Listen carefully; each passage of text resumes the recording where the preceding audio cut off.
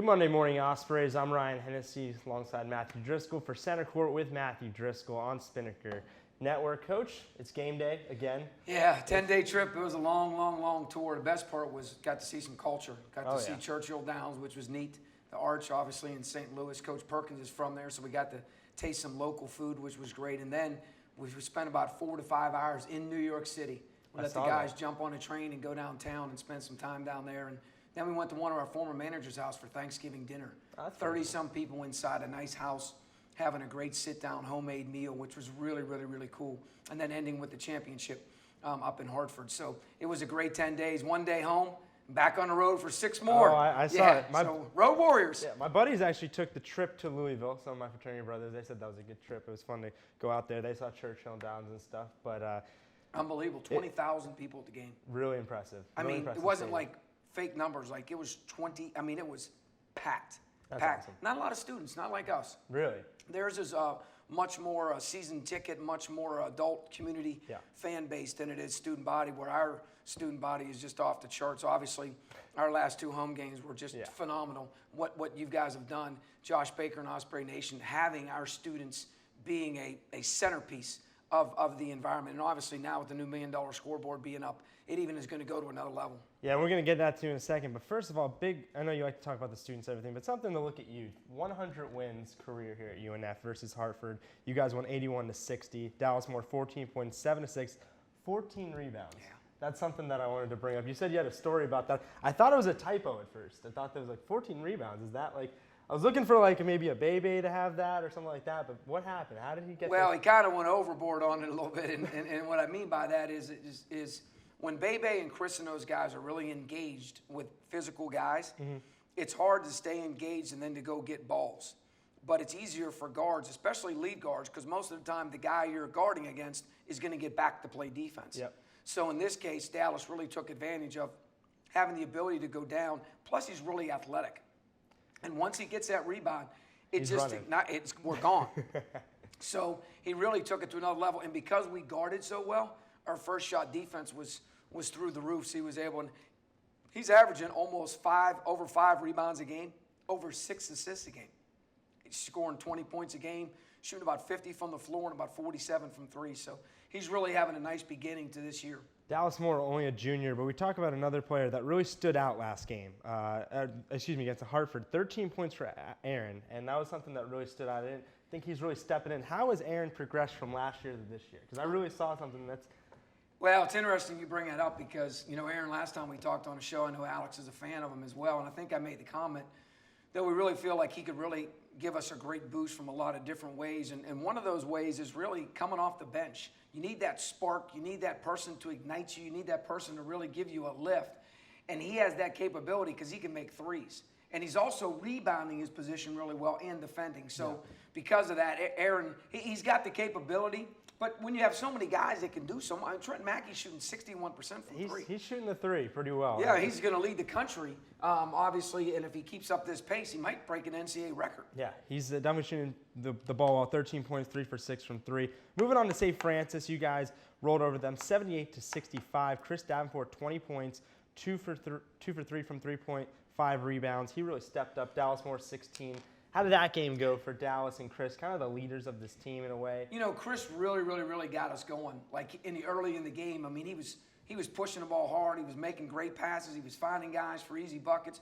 He shot the 3 well early and rebounded his tail off. So 7 assists is obviously huge, especially coming from a forward position. So I was really proud of the way he rebounded back. Didn't play as well against Hartford because he got in foul trouble again. And every time he gets in foul trouble, it really stunts kind of what he does because he doesn't get that rhythm. He doesn't get in a flow. And, a lot of athletics is about getting that rhythm, getting that flow. So he was able to do that against St. Francis. And, again, the way we guarded was just phenomenal. I think we made 10 threes in the first half. I think we started out 10 for 14, I think. Wow. And, so the guys, obviously, I think we lead the nation in three-pointers made. I think we're 4th in percentage. So, we got the ability to make shots from deep. But the thing I was most proud of, Ryan, was how well we defended. Since the St. Louis game, including the St. Louis game. Now, we defended tough now.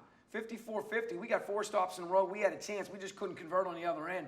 There's a team that And the Atlantic 10 is going to finish in the upper half of the Division. 3 of the last 4 years went to NCAA tournament. I saw them play in the tournament. They're a good team. Oh, very, very good. And Coach Cruz is a great coach. Yeah. But I was really proud of the way we defended and went and defended in that tournament. So we're definitely getting better.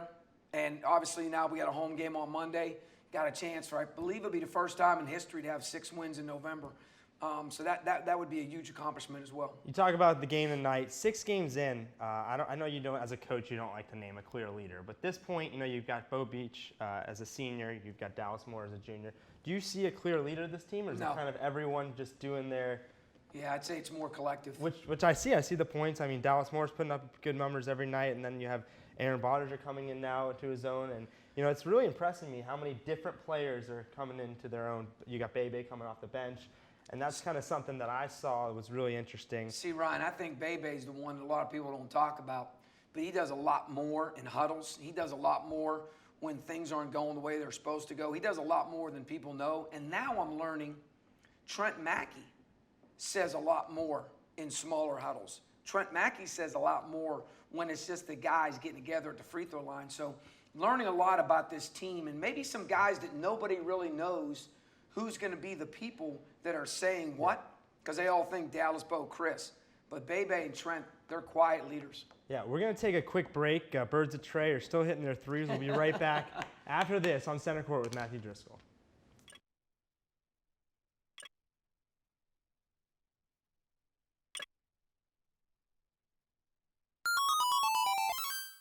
You're watching Spinnaker Television.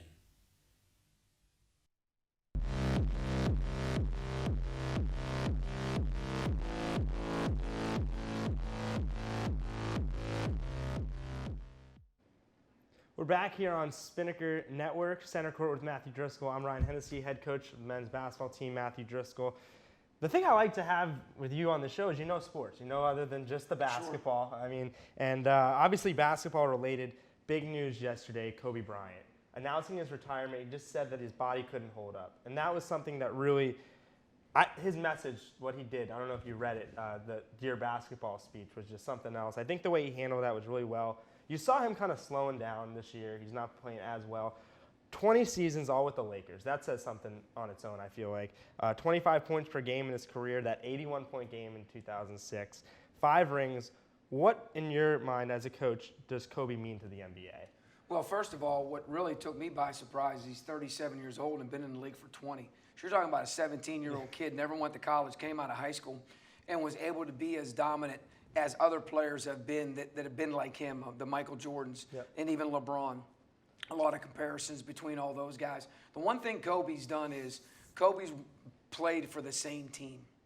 And I think that really sends volumes of how important it is, how critical it is, the loyalty base, the understanding of that franchise. There's a lot that he had to fill. There's a lot of shoes that have come through that franchise where he had to be the next person. And that's a lot of pressure for a young person. And he didn't get along with everyone. No, I was going to say, now to have Shaq around too doesn't hurt. Have another Exactly. guy with him. But, sometimes you don't have to love each other off the floor as much as you need to love each other between the black lines, which I think their relationship was much more of that. Absolutely. But Kobe, I think the thing I'll always remember about Kobe is his competitive nature to always be the best. And no matter what it was, he was always prepared. Yeah. Almost like Abe Lincoln said, I'll be prepared and perhaps my chance will come. That's what Kobe Bryant will always resonate with me because of his competitive nature and wanting to be the best that's ever played the game. And to me, that's how we should live our life, with that kind of passion. Absolutely. And he said, he's been working to come back out of 2 injuries, and he just didn't have it anymore. He said his body couldn't hold up. Sure. And at 37 years old, 20 years in the league. You figure there's 100 and some games a year, 82 regular season, you got 8 preseason, and you got 10 playoff. Talking about 100 some games a year, that's a lot. Plus the Olympics. Yeah. I mean, that's a lot of games. Speaking of birds of Trey, how about our women? 18 for 45. They were shooting those threes. I saw that. 18 for 45. Huge overtime win for Coach Gibbs. It was awesome. That's awesome. No, and like I said, I saw that highlight. It looked like they were, and then the scoreboard was up for them, I believe. Yes. So I'm excited for tonight. But Kobe Bryant, like I said, a professional nonetheless, and he'll be remembered forever, I think, in Laker history. No doubt. Moving on to NCAA. I mean, obviously we can talk forever. I don't want to keep you too long. It's game day, Coach, so I want to get you out of here. But Mike Rich out for Georgia after 15 years. And we talked about that right before the show. I mean, the guy definitely had a career. Did it make sense to get rid of him? I mean, we talked about LSU kind of with their talk too, but Mike Rich out in Georgia. Well, first of all, they're 9-3. And With a hurt running back. 9-3, so it just goes to show you how the stakes are and what the stakes are, and how powerful people can be that have money. Yeah. And then conversely, you look at Les Miles.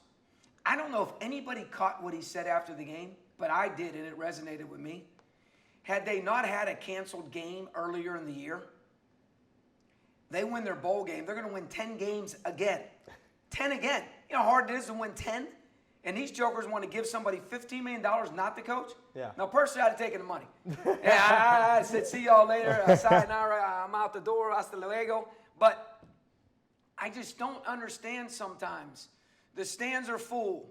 The money's rolling in. The number 1 recruiting class next year. You know, and what's crazy is it's always, what have you done for me lately? Yep. Everybody's not going to just be able. Now, the problem is you don't beat Alabama. You don't beat, whoever. Yeah. Whatever it is you don't beat. It's an amazing thing, athletics, and kind of that particular deal with administrations. Absolutely. Yeah, we'll talk about that later for sure. Talking on, I don't want to stay on this wrong because I'm a Florida fan. A Florida FSU. They played in the swamp. I mean, the offense of Florida just kind of what's crazy is we actually watched it on the tail end. Yeah. Of at BW3s after we won. And what's crazy is they struggled earlier in the year against somebody at home, and I think they won 10-9. Yep. Or 9-8 or 9-7 or something crazy. Yep. And then they struggled last week against FAU. Again. I was at that game. Overtime. But the thing is, they haven't scored very many points. And the reason is because the quarterback who was scoring all the points ain't playing anymore.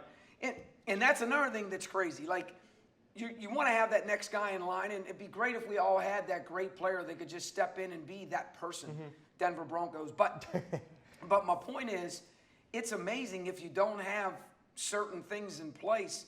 One person, especially a quarterback, can really change the dynamic. Look at Brady. Yep. He lost all of his great wide receivers. He just lost another one. Including, Gronk last night. And he's still finding guys, dropping dimes, getting them in place to kick a field goal to go to overtime. Yeah. So that quarterback is so critical. And that's where So Florida's if struggling. Greer was back, you think they would have won? No that doubt. game? No doubt. I agree.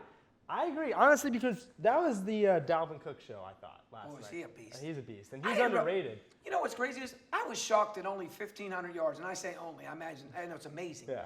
But only 1,500 yards was the leading yards for the record for Florida State. That was a little surprising to me. They've got some good running backs. I mean, the Atlanta guy, Freeman, they've got some good players. Warwick Dunn was a great running back. Was a great running back for them. But moving on to the NFL, Jaguars played San Diego, and I don't know if you saw this game with the red zone issues. I mean, I was watching it, and they have these great drives, the Jaguars do, with Blake Bortles and those young receivers, but they just can't get it done. How is Hearns? Hearns, concussion, I believe, which I was looking because he's on my fantasy team. Good. He's okay, though. He's doing good. It was a little scary. He got hurt. Wasn't moving. They put him in the neck stretcher, so that was a little scary. But I think he's doing good. I look at a couple games, but Julius Thomas really stepped up, finally. But, Bortles' statistics were very solid. Blake Bortles, 329 yards, 2 touchdowns, 1 interception. But that interception was key to Manti Te'o.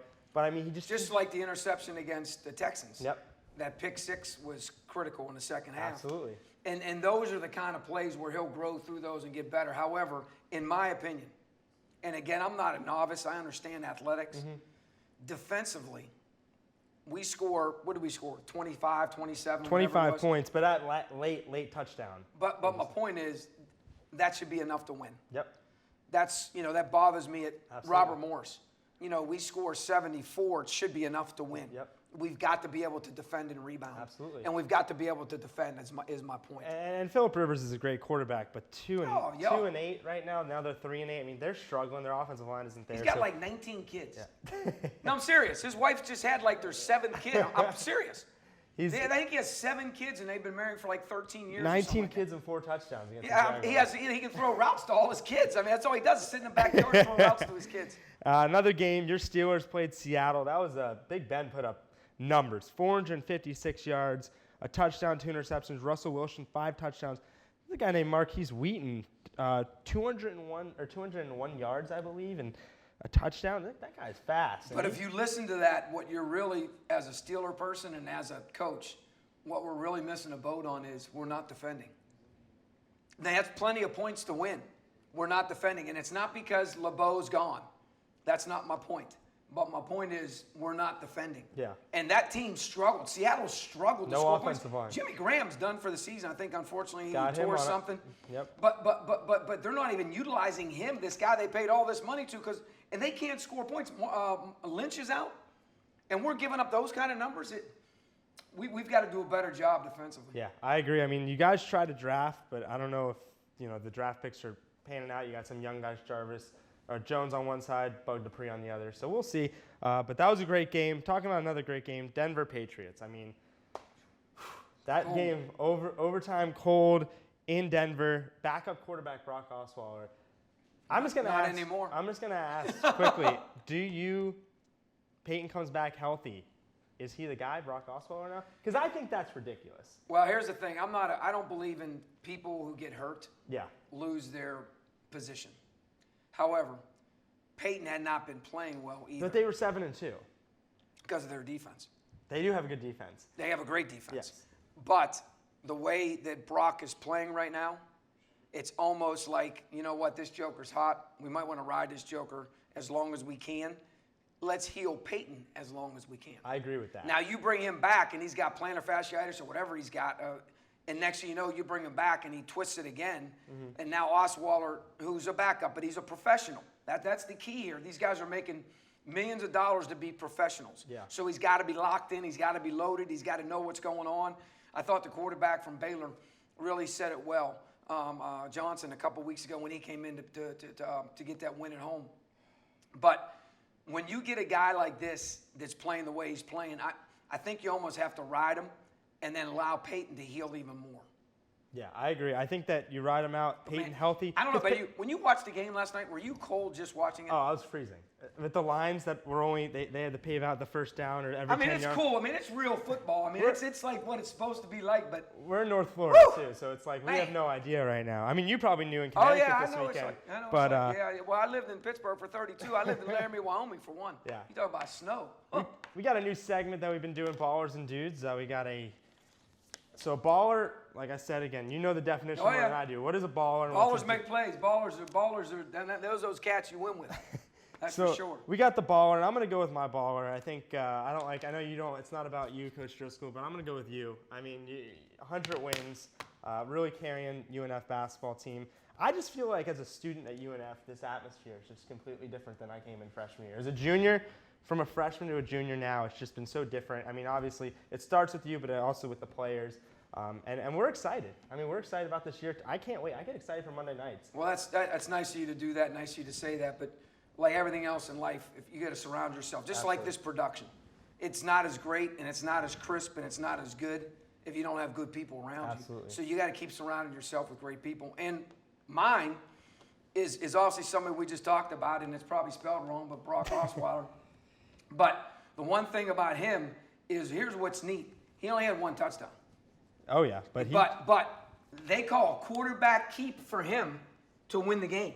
Now, he doesn't get to turn the corner. But that was on a hurt guard who could have really blocked him, and that would have been a touchdown. But I'm saying that's a pretty neat thing to do for a guy like him. That Joker's 6'8".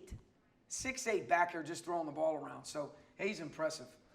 All right, so my dude's obviously a Jaguar fan, so this one kind of hurt. The Jaguars secondary, they really, to give up, I want to read it for us. Obviously, to give up 2 touchdowns against Antonio Gates, that guy's got to be like 37 years old, 36 years old. But they give up touchdowns late, early. To me, the Jaguars need to step up if they want to win games. Now, a little bit, the Colts won, the Texans won. Now the Jags are a little bit back in the playoff hunt. Still in it, but they're a little bit back. So the Jags secondary definitely needs to step up and not give up 2 touchdowns to a hurt. When you got a team that's not playing good with their offensive line, you need to attack that. And Phillip Rivers does good under pressure, and that's kind of something that I was scared about. We were rushing, but we were blitzing too much, and that kind of scared me. But I think the Jags secondary definitely needs to step up if we want to try to make a push for the playoffs. I was just thinking Hasselbeck, he would have been a good baller.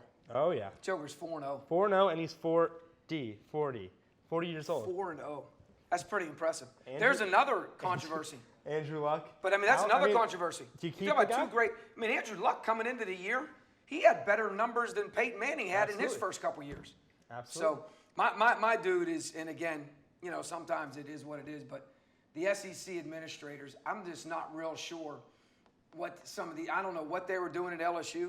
I don't know why they allowed that to become the circus that it became. Of all the things that coaches do for universities and the way that man – gave his life and his family and his love for that university, you'd think they'd have a little bit more respect. Keep it under the covers. Because he knew. Keep it quiet. Don't put it in the news. And if you put it in the news, at least have some sort of decency to back them and not at the last minute. Yeah. It made no sense. And Georgia, to their credit, nobody heard anything about Rick. It was like a rumor, but it wasn't anything like yeah, but he's had a rumor every year they're going to fire. Exactly. I mean, that rumor there comes out every year. They're like, no big deal. I mean, Les Miles was waving to the crowd goodbye. Waving to the crowd. How about before the game? They Yeah. give him a standing ovation. Yeah. That don't happen. Yeah. That never happen. But to me, that was two different administrations that really could have done a much better job. Much better job. With the respect they have. Well, Coach, it's game day. I'll be out there. I'm excited. Trinity Baptist, 7 o'clock. Video board reveal. Brand new video scoreboard. Gorgeous. And we get our rings tonight. And you see the rings tonight. What time is that at? So we can About 6:40. We'll start doing 6:40? the ring presentation. Yeah. That's awesome. That video board, though, I'm like, I keep on seeing pictures. I'm like, I don't want to see it. I just want to see it in person. What's really cool, Ryan, is the video board has capabilities of bringing in TV as well, too. Cool. So there's going to be a tough situation because our game this year at JU is on campus. So it only seats about 1,900. So they're Watch going to be party. able to live feed it into our arena. So there's going to be thousands of people in the arena watching it. So it's really a cool, and I tell you something else too. For everybody out there that's watching, obviously, that's going to be a graduate, the graduation is going to a whole nother level. Oh, yeah. Because it's going to be right on the video board, so your family's going to be able to see you right on That's stage. pretty cool. I never thought of that part of it. People are going to be taking pictures of the video board as their child's getting their diploma, which is really cool. Might help the recruits out. I told President Delaney, just make sure your teeth are all clean because that thing gets in close. It's crystal clear There now. better be a kiss cam. I want to see a kiss cam. Kiss cam's coming. There's a lot of things coming. I hope they don't do it during the game and put it on the bench.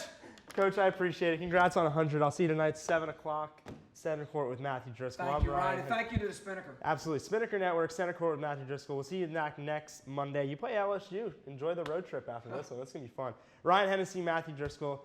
Have a good Monday morning, Ospreys.